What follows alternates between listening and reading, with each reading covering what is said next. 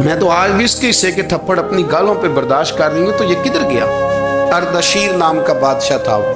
حضرت محدث ابن الجوزی آج سے کچھ 700 سال پہلے لکھتے ہیں، اردشیر بادشاہ بڑا خوبصورت تھا، جوان تھا، بڑا عقل مند تھا۔ اس نے اس طرح کہ قریب کی ساری ریاستوں پہ قبضہ کر لیا۔ بڑا عقل مند زیرک تھا، قبضہ ہو گیا۔ ایک بادشاہ بڑا سخت تھا، اس کے ساتھ جب پنجہ آزمائی ہوئی تو اردشیر کہتا ہے اس پہ میرا قبضہ نہیں ہو رہا تھا، اور جب ہم نے ساری ریاستوں نے مل کے اس پر حملہ کیا تو ایک قلعے کے اندر قلعہ بند ہو گیا۔ اردشیر بڑا خوبصورت آدمی تھا، بڑا سمجھدار تھا، تو وہ بادشاہ قلعہ بند ہو گیا، اس نے کہا نکلنا ہی نہیں۔ اب وہ اندر بند ہے، یک بارگی حملہ کیا تو وہ بڑا قلعہ تھا، اس میں بند ہو گیا۔ اس بادشاہ کی نا جس پر حملہ کیا، اس کی بیٹی اچانک ایک دن قلعے کی دیوار پہ چڑھی تو اردشیر کے حسن و جمال کو دیکھا تو عاشق ہو گئی، اور اپنے ہی باپ کے خلاف اسے کہنے لگی کہ اگر تو میرے ساتھ شادی کا وعدہ کرے نا تو میں تجھے رستہ بتاتی ہوں حملہ کرنے کا۔ اس نے کہا میرا وعدہ رہا، تو رستہ بتا۔ اس نے رستہ بتایا اس لڑکی نے، اور بادشاہ نے حملہ کیا تو اس کا باپ قتل کیا، اس علاقے پہ قبضہ کیا شادی کے وعدے پر۔ ہاں نفسانی خواہش بندے کو اندھا کر دیتی، نہیں سمجھ آتی اس کو میں کدھر جانا، اندھا کر دیتی۔ حملہ کیا،